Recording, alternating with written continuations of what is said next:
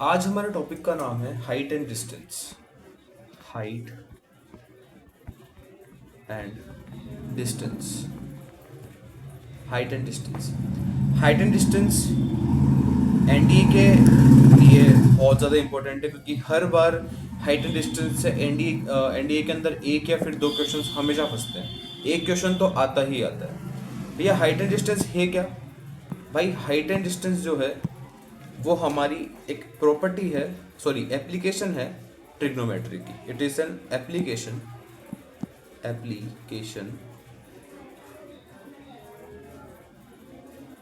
Application of trigonometry. Trigonometry और trigonometry के अंदर हम लोग क्या यूज़ करते हैं? इसके अंदर जनरली हम लोग इसके ट्रिग्नोमेट्री की यूज़ करते हैं ट्रिग्नोमेट्रिक रेशियोज। हाइट डिस्टेंस के क्वेश्चंस के अंदर हम लोग क्या यूज़ करते हैं? ट्रिग्नोमेट्रिक ट्रिग्नोमेट्रिक ट्रिग्नोमेट्रिक रेशियोज की। ठीक है, हम लोग किसकी बात करते हैं? ट्रिग्नोमेट्रिक रेशियोज की बात करते हैं। भाई ट्रिग्नोमेट्रिक रेशियोज क्या होते हैं? तो हम लोग ट्रिग्नोमेट्रिक रेशियोज से ही स्टार्ट करते हैं, ठीक है, जिससे आपको क्लियरिटी बनती रहेगी। चलो, ट्रिग्नोमेट्रिक रेशियोज हमारे टॉपिक का नाम है। हाइट डिस्टेंस समझने के लिए पहले हम समझ रहे हैं ट्रिग्नोमेट्रिक रेशियोज। मेरे को पता है कि आप लोगों को ये सब पता होगा।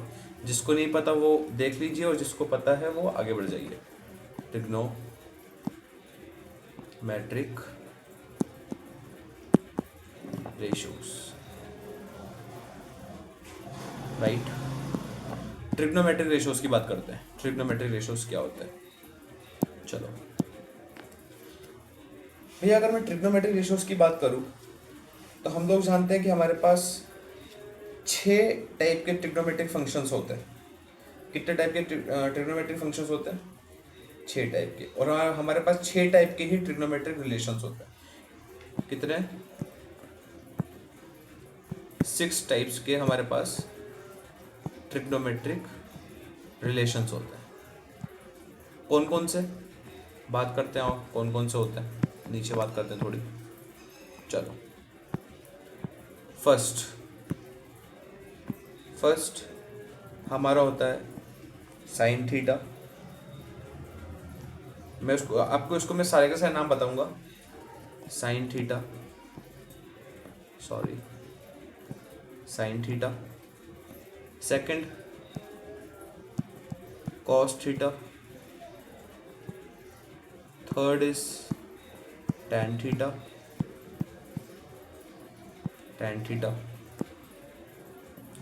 Fourth is cot theta, sec theta, and last one is cosec theta. cosec theta. Okay, यार ट्रिग्नोमेट्रिक रेशियोज होते क्या है, आए कहाँ से? सुनो कहाँ से आए। जब भी हम ट्रिग्नोमेट्री की बात करते हैं तो हम लोग हमेशा बात करते हैं एक राइट एंगल ट्राइंगल की। किसकी बात करते हैं? राइट एंगल ट्राइंगल की बात करते हैं। ठीक है भैया, राइट एंगल ट्राइंगल की बात करते हैं। कैसा होता है हमारा राइट एंगल ट्राइंगल? इस तरीके का होता है। हाँ भैया, इस तरीके का होता है। मैं आपको सारे के सारे केसेस पर समझा देता हूँ राइट एंगल ट्राइंगल के। वन, ओके, अगर ये इस साइड हुआ तो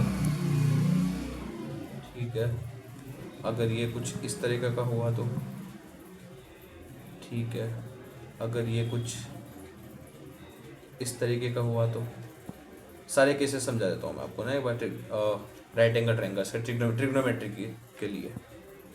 ठीक है, हम लोग जानते हैं कि ये 90 डिग्री है राइट एंगल ट्रायंगल में, ये सब क्या है 90 डिग्री है। अब ध्यान से सुनना, हम लोग बात करेंगे हाइपोटेनियस परपेंडिकुलर और बेस की। हाइपोटेनियस परपेंडिकुलर और बेस की। मानो मेरा ये थीटा है, क्या है मेरा, ये थीटा है, थीटा एंगल है। ध्यान रखना हमेशा एंगल के सामने वाली जो लाइन होती है, एंगल के सामने वाली जो लाइन होती है, एंगल के सामने वाली लाइन जो होती है वो होती है परपेंडिकुलर, ठीक है। एंगल के साथ वाली जो लाइन होती है वो होती है बेस, और जो सबसे बड़ी लाइन होती है उसको कहा जाता है हाइपोटेनियस, ठीक है। ध्यान रखना एंगल के सामने वाली लाइन क्या होती है, एंगल के सामने वाली लाइन होती है परपेंडिकुलर, जस्ट पास वाली होती है बेस, और जो सबसे बड़ी लाइन होती है वो होती है हाइपोटेनियस, ठीक है भैया, ये बात समझ आ गई। अगर मैं बात करूँ इस वाले ट्रायंगल की, तो मानो हमारा थीटा ये है, ठीक है। तो भैया इसके लिए परपेंडिकुलर क्या होगा, भाई थीटा के सामने वाली लाइन परपेंडिकुलर होती है, थीटा के सामने वाली लाइन क्या होती है, परपेंडिकुलर होती है। थीटा के जस्ट पास वाली लाइन बेस होती है, और जो सबसे बड़ी लाइन है वो होती है हाइपोटेनियस। ये बात भी समझ आ गई। चलो मैं एक ही ट्रायंगल के अंदर दो थीटा लेकर बताता हूँ। मानो ये है थीटा 1 और ये है थीटा 2, ये है थीटा 2। थीटा 1 के लिए, थीटा 1 के लिए परपेंडिकुलर होगा जस्ट उसके सामने वाला P1, और बेस होगा जस्ट उसके पास वाला B1, ठीक है, B1, ठीक है भाई। ये थीटा 1 की बात कर रहा हूँ ना मैं। और भैया थीटा 2 के लिए, थीटा 2 के लिए ये होगा उसका परपेंडिकुलर उसके सामने P2, और ये होगा उसका बेस B2। हाँ भैया समझ आ गया आप अच्छे से कि थीटा के सामने वाला होता है हमारा परपेंडिकुलर और पास वाला होता है बेस। अब डिपेंड करते हैं हम थीटा कहाँ पर ले रहे हैं। अगर हमने थीटा इस साइड लिया है तो ये परपेंडिकुलर होगा और ये बेस होगा। अगर हमने थीटा ये वाला लिया है तो हमारा ये परपेंडिकुलर होगा और ये बेस होगा, ठीक है भैया, समझ आ गया, समझ आ गया। चलो तो आई होप आपको ये सब तो समझ आ गया होगा, इसलिए मेरे को लगता नहीं कि मेरे को ये वाला ट्रायंगल सिखाने की ज़रूरत पड़ेगी, ठीक है। तो हम लोग एक थ्योरम जानते हैं जिसको बोला जाता है Pythagoras, PT, Pythagoras theorem, PT, Pythagoras theorem. Pythagoras theorem क्या होता है भैया, सब लोग जानते हैं, बचपन से पढ़ते आ रहे हैं कि हाइपोटेनियस का स्क्वायर, सबसे बड़ी लाइन का square is equals to perpendicular square plus base square, perpendicular square plus base square, ठीक है भैया। तो हम लोग ट्रिग्नोमेट्रिक रेशियोज के लिए हाइपोटेनियस बेस और परपेंडिकुलर का एक रिलेशन बनाएंगे, राइट। और वो रिलेशन क्या होगा, वो रिलेशन होगा ये, क्या, दिस P P P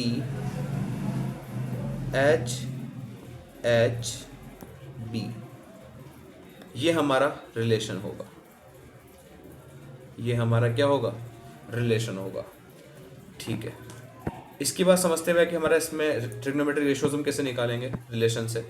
देखो हमारा रिलेशन है P B P H H B, ठीक है भैया। अब ध्यान से सुनो, अब ध्यान से सुनो, जब भी हम P अपॉन H की बात करते हैं, जब भी हम किसकी बात करते हैं, P अपॉन H, ऐसे ऊपर से नीचे जाते हैं, P अपॉन H की बात करते हैं, तो वो होती है हमारी साइन थीटा की वैल्यू। किसकी वैल्यू, साइन थीटा की वैल्यू, साइन थीटा की वैल्यू। जब भी अपन जब B अपॉन H की बात करते हैं, किसकी बात करते हैं, B अपॉन H की बात करते हैं, ठीक है। मैं इसके बीच में अपॉन लगा देता हूँ जिससे आपको समझ आ जाएगा, ठीक है। ये ले, मैंने इनके बीच में अपॉन भी लगा दिया। जब भी हम लोग B अपॉन H की बात करेंगे तो वो होगा कोस थीटा की वैल्यू, किसकी वैल्यू, कोस थीटा की वैल्यू। और जब भी हम लोग P अपॉन बी की बात करेंगे, P अपॉन बी की बात करेंगे, P अपॉन बी की बात करेंगे, तो वो होगी हमारी टेन थीटा की वैल्यू। किसकी वैल्यू? टेन थीटा की वैल्यू। अब हम सब लोग, शायद आप सबने फॉर्मूला पढ़ा होगा कि sine theta is equals to, sine theta is equals to 1/cosec theta होता है, cosec थीटा होता है। भैया आपने ये वाला साइन क्यों लगाया? ये वाला साइन इसलिए लगाया क्योंकि ये दोनों एक दूसरे के उल्टे हैं। जैसे sine theta equals to 1/cosec theta, ऐसे ही cosec theta is equals to 1/sin theta. ठीक है, हाँ भैया ये वाली बात हमको पता है। और जो हमारा cos थीटा होता है, जो हमारा cos थीटा होता है, cos थीटा होता है, वो बराबर होता है 1/sec थीटा के, 1/sec थीटा के। और फिर से ये वाला साइन इसलिए क्योंकि cos theta equals to 1/sec theta, इसलिए, और sec theta equals to 1/cos theta. ठीक है भैया। एंड जो हमारा tan थीटा होता है, tan थीटा होता है, वो बराबर होता है 1/cot थीटा के, 1/cot थीटा। ठीक है, tan theta equals to 1/cot theta and cot theta is equals to 1/tan theta.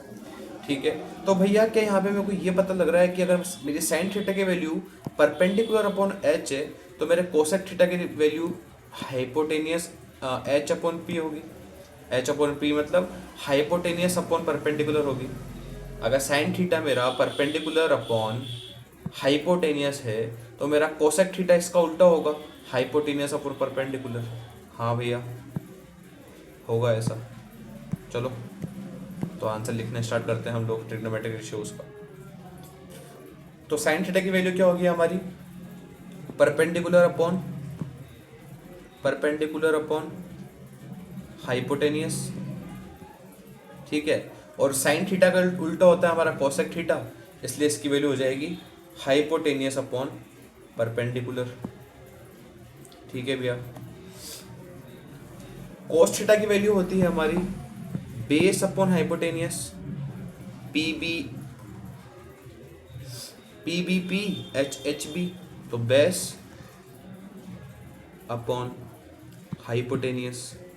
cos theta का उल्टा होता है sec थीटा, तो sec थीटा की वैल्यू हो जाएगी हमारी hypotenuse upon base.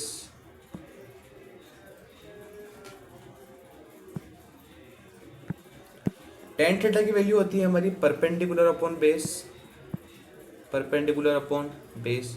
tan theta का उल्टा होता है हमारा cot थीटा, तो cot थीटा की वैल्यू हो जाएगी हमारी बेस अपॉन परपेंडिकुलर। ये हो गया हमारे ट्रिग्नोमेट्रिक रेशियोज। ठीक है, समझ आया ट्रिग्नोमेट्रिक रेशियोज की वैल्यू, साइन थीटा की वैल्यू, cos थीटा की वैल्यू, tan थीटा की वैल्यू, और ये सब इनके जो रेसिप्रोकल्स होते हैं इनकी वैल्यू। ठीक है भैया, समझ आ गया। अब भैया जो आपने हमको ये बताया कि, अभी तो कुछ नहीं बताया, अब बताऊंगा। चलो, हमको ट्रिग्नोमेट्रिक रेशियोज समझ आ गया कि भैया ट्रिग्नोमेट्रिक रेशियोज कैसे आए।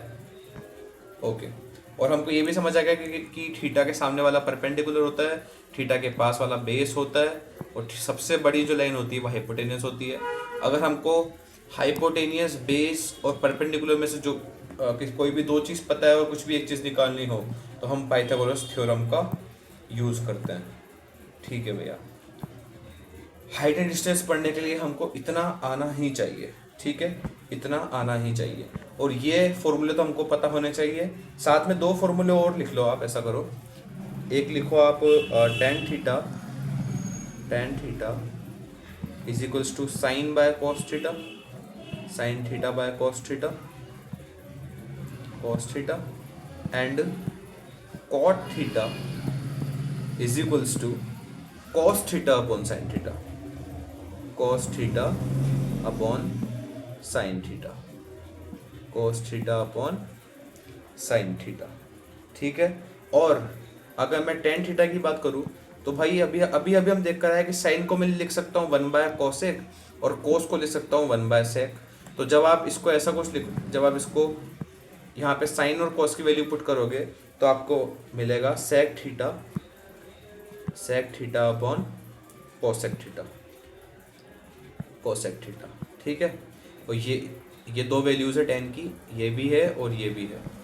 ठीक है, और अगर मैं ऐसी कोट थीटा की बात करूँ तो यहाँ पर आ जाएगा हमारा cosec theta upon sec theta.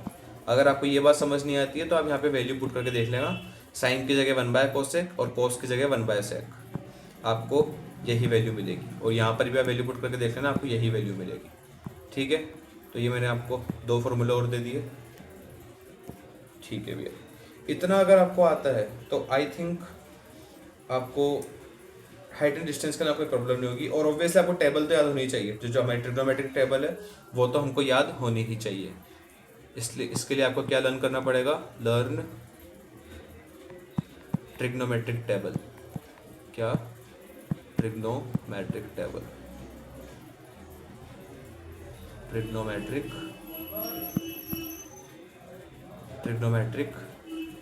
Table, trigonometric table आपको लर्न करनी पड़ेगी। ठीक है, अब हम लोग हमारे मेन टॉपिक के ऊपर आते हैं, हाइट एंड डिस्टेंस के ऊपर। जिसलिए हमने इतना सारी बातें करी, अब हम बात करते हैं हमारे हाइट एंड डिस्टेंस की। ठीक है भैया, इसकी बात करते हैं हम लोग, हमारे main topic height and distance. चलो, height and distance. Height short में लिख रहा हूँ, हाइट एंड डिस्टेंस। ठीक है, it is an application of trigonometry, जिसका नाम लोग ट्रिग्नोमेट्रिक रेशियोज का यूज़ करते हैं आंसर लाने के लिए।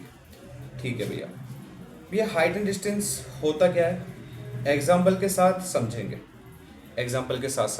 ठीक है, चलो। हाइट एंड डिस्टेंस के अंदर हमारे दो केसेस बनते हैं, तो एक एक करके हम लोग दोनों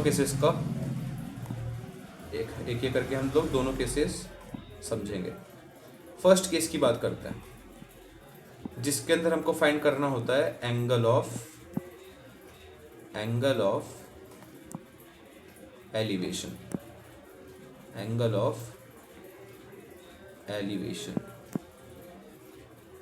या एंगल ऑफ एलिवेशन का मतलब क्या होता है, समझाता हूँ भाई, रुको एक सेकेंड। एंगल ऑफ एलिवेशन को हम लोग डिनोट करते हैं ऑब्वियसली थीटा से। हम एंगल्स को जनरली थीटा से डिनोट करते हैं। किससे डिनोट करते हैं? थीटा से। ठीक है भैया, एलिवेशन का मतलब क्या होता है भैया? एलिवेशन का मतलब होता है ऊपर चढ़ना। हम लोग बोलते हैं ना कि आपने केमिस्ट्री के अंदर पढ़ा होगा एलिवेशन ऑफ बॉइलिंग पॉइंट, मतलब हमारा बॉइलिंग पॉइंट बढ़ता है। तो एलिवेशन का मतलब क्या हुआ? बढ़ना। एलिवेशन का मतलब क्या हुआ? बढ़ना। मतलब हम कुछ ऐसे एंगल की बात कर रहे हैं जो कि ऊपर बढ़ रहा है, इस तरीके का। मतलब ऐसी लाइन के और कुछ इस लाइन के बीच में जो एंगल बनता है उसको बोलते हैं एलिवेशन, एंगल ऑफ एलिवेशन। ठीक है भैया, समझते हैं क्या होता है एंगल ऑफ एलिवेशन और किस तरीके का दिखता है। चलो, एंगल ऑफ एलिवेशन की हम लोग बात कर रहे हैं। मान लो यहाँ पर कोई एक पर्सन खड़ा हुआ है, यहाँ पर एक पर्सन खड़ा हुआ है जो कि ऊपर देख रहा है। कहाँ पर देख रहा है? ऊपर देख रहा है। अब ऊपर किसको देख रहा है भैया? ऊपर देख रहा है वो एक बिल्डिंग के ऊपर खड़ी हुई लड़की को। एक लड़का खड़ा हुआ है मान लो, और वो बिल्डिंग के ऊपर खड़ी हुई एक लड़की को देख रहा है। इस तरीके से आपको जल्दी समझ आएगा। बिल्डिंग के ऊपर खड़ी हुई एक लड़की को निहार रहा है। ये ऊपर एक खड़ी हुई लड़की है। ठीक है भैया, ओके, ये लड़की और ये हमारा लड़का। ठीक है, कलर्ड करवा रखे हैं इसने हेयर को। ठीक है भैया, अब बताओ कि ये एंगल ऑफ एलिवेशन क्या होता है। देखो भाई, ये लड़का क्या कर रहा है, ऊपर देख रहा है, किसको, इसको। तो जो लाइन हम देखने के लिए यूज करते हैं उसको बोला जाता है line of site. Line of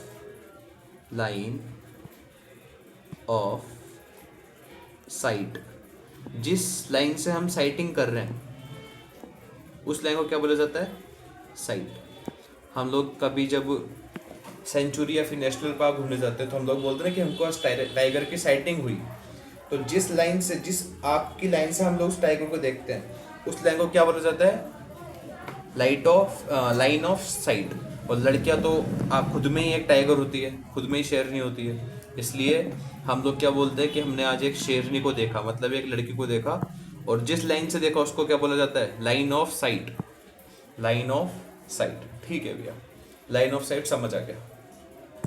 और ये जो लाइन होती है बिल्डिंग से लेकर लड़के तक की, अर्थ मान लो इसको आप, जो हमारा प्लेन होता है, अर्थ प्लेन, इसको बोला जाता है हॉरिजॉन्टल, क्योंकि हमको पता है ये हॉरिजॉन्टल लाइन है, इसलिए क्या बोलेंगे हम इसको, हॉरिजॉन्टल। हॉरिजॉन्टल लाइन भी बोल सकते हैं, ठीक है, क्या बोलेंगे, हॉरिजॉन्टल। अब भैया इसका ना एंगल ऑफ एलिवेशन कहाँ है, एंगल ऑफ एलिवेशन यहाँ है। देखो, अगर मैं इन दोनों लाइन को पीछे मिला देता हूँ ऐसे, मान लो, ठीक है, ये पीछे मिला लिया मैंने ना, तो ये जो एंगल बन रहा है, ये जो line of site and horizontal के बीच में जो एंगल बन रहा है थीटा, उसी को क्या बोलते हैं हम लोग, एंगल ऑफ एलिवेशन। यहाँ पर जो हमारा थीटा है उसको क्या बोला जाता है, angle of elevation. Angle of elevation, angle of elevation. हाँ भैया समझ आ गया। और अभी मैंने आपको बताया था कि जो एंगल ऐसा कुछ बनता है, मतलब ऊपर चढ़ता हुआ, उसको क्या बोलते हैं, एंगल ऑफ एलिवेशन। कैसा चल रहा है ये, ऊपर चढ़ रहा है, देखो ऊपर चढ़ता हुआ एंगल है, पॉजिटिव डायरेक्शन के अंदर ऊपर चल रहा है, ठीक है, समझ आ गया भैया एंगल ऑफ एलिवेशन का मतलब हमको। तो हमको क्या निकालना पड़ेगा भैया क्वेश्चंस के अंदर, या तो वो आपको उसके अंदर कुछ थीटा की वैल्यू दे देगा क्वेश्चन के अंदर, या तो वो आपको थीटा की वैल्यू दे देगा, और थीटा की वैल्यू के साथ वो आपको, देखो ऑब्वियसली अगर ये थीटा है, इसमें समझा देता हूँ मैं, अगर ये थीटा की कोई वैल्यू दे देगा, और साथ में आपको कोई भी साइड की वैल्यू दे देगा, और आपको पूछेगा कि मेरे को ये वाली डिस्टेंस बताओ, या फिर लाइन ऑफ साइड की वैल्यू बताओ, या इसकी लेंथ बताओ, तो हमको ये सब बतानी होगी, ठीक है। अब मैं आपको एक और कंसेप्ट बता देता हूँ जिससे आप क्वेश्चन में कंफ्यूज ना हो। देखो, अभी हम ऊपर सीख कर रहे हैं कि थीटा के सामने वाली जो लाइन होती है, थीटा के सामने वाली जो लाइन होती है वो होती है परपेंडिकुलर। थीटा के जस्ट पास वाली जो लाइन होती है वो होती है हमारी बेस, और जो सबसे बड़ी लाइन होती है वो होती है हमारी हाइपोटेन्यूस। ये आपको समझ आ गया। अब समझ आया कि मैंने आपको ये सब क्यों पढ़ाया था, ये सब क्यों पढ़ाया मैंने आपको इतना सारा। हाँ भैया समझ आ गया ये सब हमने क्यों पढ़ाया। अब मानो आपसे पूछा हो कि भाई मेरे को, चलो क्वेश्चन भी एक बार एक कर ही लेते हैं। मानो आपको क्वेश्चन में दिया हुआ है थीटा की वैल्यू, बोला है कि भैया कि मानो आपको जो एंगल ऑफ एलिवेशन है आपका थीटा वो है 30 डिग्री, ठीक है, एंगल ऑफ एलिवेशन क्या है आपका 30 डिग्री, और जो आपका distance between building and person है, distance between building and person है वो है x, मान लो इसको डिस्टेंस को, चलो x क्यों माने हम लोग b मानते हैं। जो आपको बेस दे रखा है वो दे रखा है आपको 10, ठीक है, और आपको निकालना है लाइन ऑफ साइड की वैल्यू। किसकी वैल्यू निकालनी है आपको, लाइन ऑफ साइड की, लाइन ऑफ साइड की वैल्यू निकालनी है आपको। चलो निकाल के देखो भाई कैसे निकलेगी। देखो भैया कैसे निकालेंगे, हमारे पास बेस की वैल्यू भी है और हमारे पास थीटा की वैल्यू भी है, ठीक है। और हमको क्या निकालना है, हमको निकालना है लाइन ऑफ साइट, मतलब क्या निकालना है हमको, हाइपोटेनियस निकालना है, हाइपोटेनियस निकालना है। कैसे निकालेंगे भैया, देखो बेस भी है और थीटा भी है, तो अब ऊपर चलो, कहाँ पर चलो, हमें ट्रिग्नोमेट्रिक रेशियोज के अंदर चलो। देखो ये देखो, इसमें देखो कि बेस और हाइपोटेनियस किसके अंदर है, हमने देखा भैया कोस थीटा के अंदर हमारा बेस भी है और हाइपोटेनियस भी है, सेक थीटा के अंदर भी हमारा बेस भी है और हाइपोटेनियस भी है। लेकिन हम ले लेते हैं, चलो यहाँ से कोस थीटा ले लेते हैं, हम सेक भी ले सकते हैं, लेकिन अभी हम ले रहे हैं फिलहाल कोस थीटा, क्योंकि बहुत सारे बच्चे ऐसे होते हैं जिनको सेक थीटा की वैल्यू ही पता नहीं होती, कोस थीटा की वैल्यू उनको पता होती है, तो इसलिए जनरली हम लोग क्या ले लेते हैं, कोस थीटा ले लेते हैं। ठीक है, तो हम भी क्या ले लेते हैं, देखो भाई हमारे पास थीटा की वैल्यू भी है 30 डिग्री, बेस की वैल्यू भी है 10, हमको हाइपोटेनस निकालना है, जो कि हम निकाल लेंगे उससे। ठीक है भैया, तो हम लोग क्या ले लेते हैं, कोस थीटा। चलो चलते हैं वापस क्वेश्चन के ऊपर, ये हमारा क्वेश्चन है, ठीक है ना, क्वेश्चन, ठीक है। तो हमने क्या, कौन सा ट्रिग्नोमेट्रिक रेशियो चूज करा, cos theta. Cos theta equals to क्या होता है हमारा, बेस अपॉन हाइपोटेनियस, बेस की वैल्यू हमको पता है और थीटा की वैल्यू हमको पता है। ठीक है भैया, चलो पुट करो थीटा की वैल्यू और कोस और बेस की value.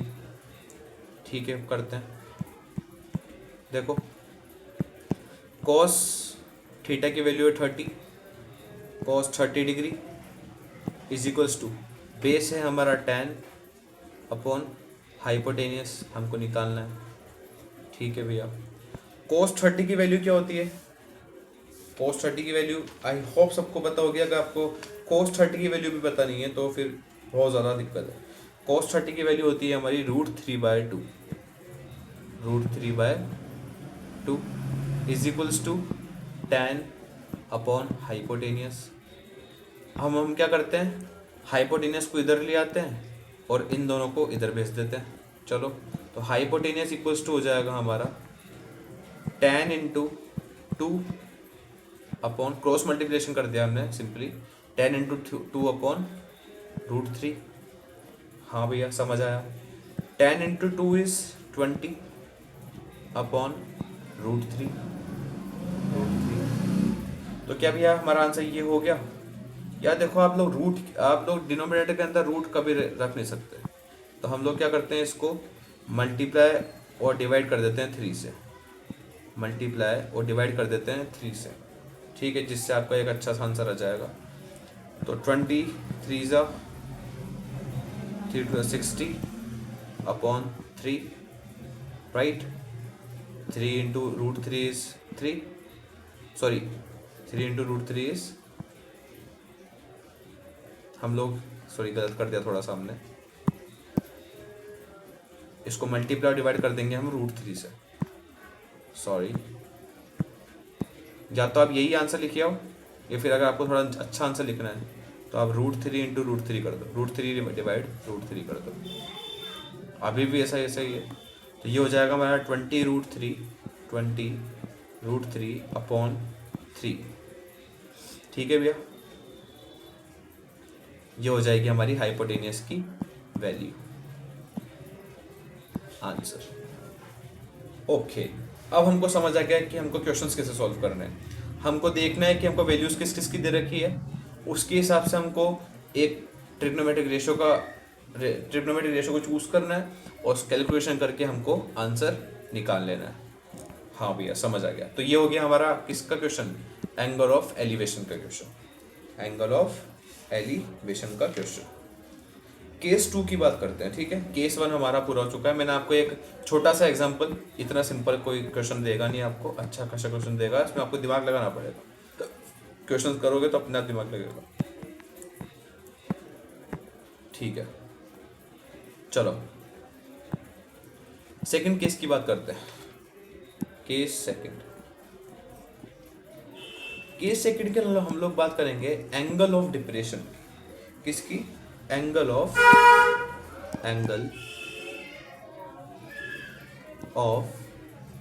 Depression, angle of depression.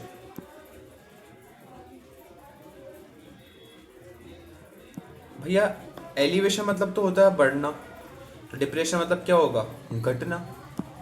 आप लोग केमिस्ट्री के अंदर आपने पढ़ा होगा, एक तो होता है हमारा एलिवेशन ऑफ बॉइलिंग पॉइंट, है ना, और एक होता है हमारा depression in freezing point. Depression in freezing point मतलब बॉइलिंग पॉइंट का बढ़ना और फ्रीजिंग पॉइंट का घटना, राइट। और depression in freezing point angle of elevation in boiling point. तो डिप्रेशन मतलब घटना, मतलब अब हम लोग उस एंगल की बात करेंगे जो कि कुछ इस तरीके का दिखेगा। किस तरीके का, इस तरीके का, ऐसा, ऐसा नीचे जाता हुआ। इस बार जो इसकी लाइन ऑफ साइट होगी वो ये होगी, लाइन ऑफ साइट क्या होगी, ये होगी। इस तरीके का एंगल दिखेगा। देखो ये क्या हो रहा है, नीचे की साइड बढ़ रहा है, लाइन से नीचे की साइड बढ़ रहा है, नेगेटिव डायरेक्शन में बढ़ रहा है। ठीक है भैया, समझते हैं एंगल ऑफ डिप्रेशन क्या होता है। चलो, एंगल ऑफ डिप्रेशन, ठीक है। मान लो यहाँ पर आप खड़े हुए हैं, यहाँ पर कौन खड़ा हुआ है, आप में से कोई भी खड़ा हुआ है, और आप खड़े हुए हुए हो एक पहाड़ के ऊपर। मान लो आप लोग किस पे खड़े हुए हो, एक पहाड़ के ऊपर। ठीक है भैया, एक पहाड़ के ऊपर हम खड़े हुए हैं, और इस पहाड़ के साइड में, इस पहाड़ के साइड में एक नदी बह रही है। इस पहाड़ के साइड में एक, थोड़ा कलर अच्छा नहीं है ना, कलर थोड़ा अच्छा लेते हैं। हाँ भैया, कलर अच्छा लो। इस नदी के साइड में, सॉरी, इस पहाड़ के साइड में एक नदी है। नदी मान लो, या फिर मान लो कि सी या फिर ओशियन है।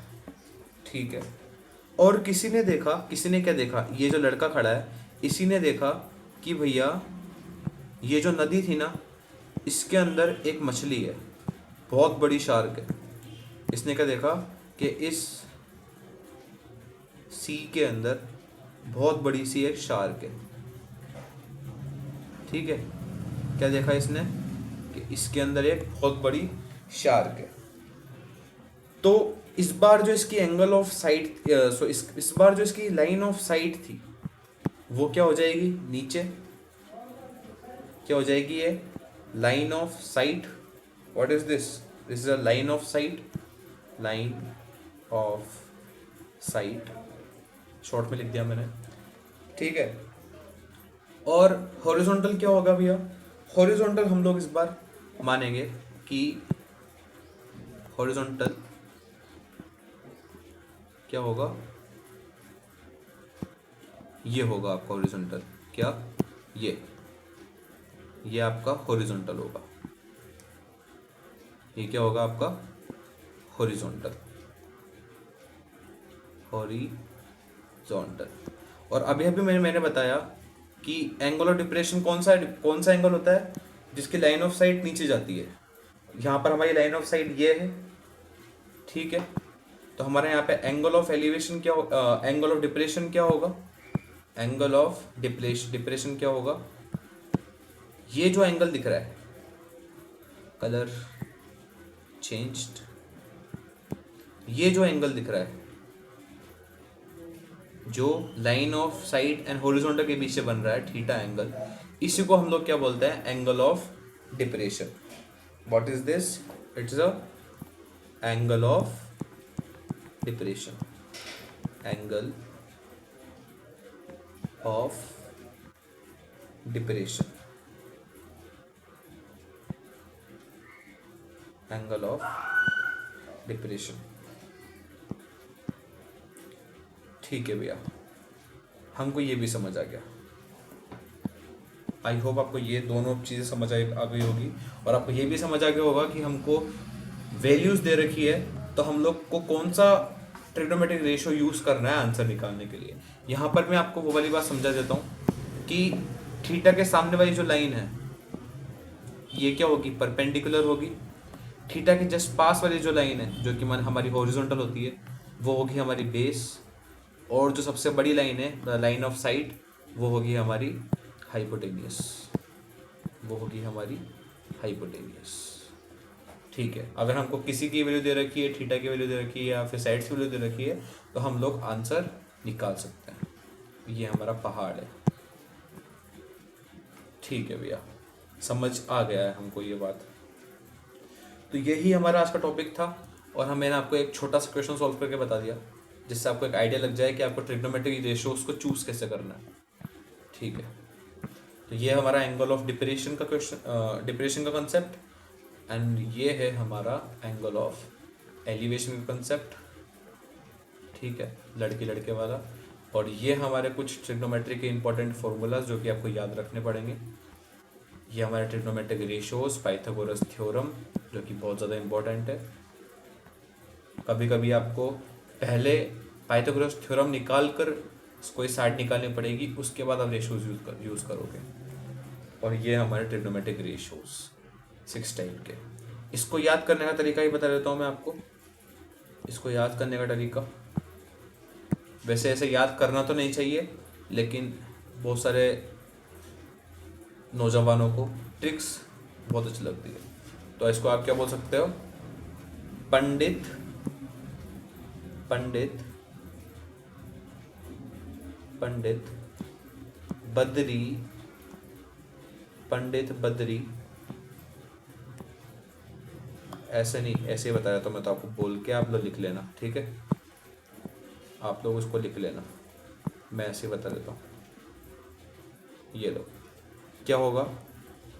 पी से पंडित, बी से बद्री और पी से प्रसाद, मतलब पंडित बद्री प्रसाद, नीचे हरि हरि बोले, पंडित बद्री प्रसाद हरि हरि बोले, या फिर पंडित बद्री प्रसाद हर हर बोले, ऐसे भी याद कर सकते हैं। तो हमने भी जब बचपन में इसको ऐसे याद करा था, जब हमने फर्स्ट टाइम ये पढ़ा था, तो उस टाइम पे हमने भी इसको ऐसे याद करा था कि पंडित बद्री प्रसाद हर हर बोले, जिससे हमको एक आइडिया मिल जाता है। बस ये बात ध्यान रखना कि P अपॉन एच, जब भी हम ऐसे की बात करेंगे, P upon H, P upon H, B upon H या फिर P अपॉन बी, तो ये सब किसके होंगे? Sine, cos and tan. और जब हम लोग ऐसे बात करेंगे इनके उल्टों की, तो ये हो जाएगा हमारा cosec sec, cosec sec and cot, इस तरीके से। ठीक है,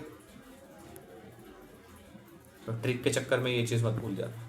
तो आई होप आपको हाइट एंड डिस्टेंस समझ आया होगा। It's a application of trigonometry, it's application of trigonometry, oh sorry sorry sorry, it's an application of trigonometry, जिसके हम लोग ट्रिग्नोमेट्री रेशोज का यूज़ करते हैं आंसर निकालने के लिए।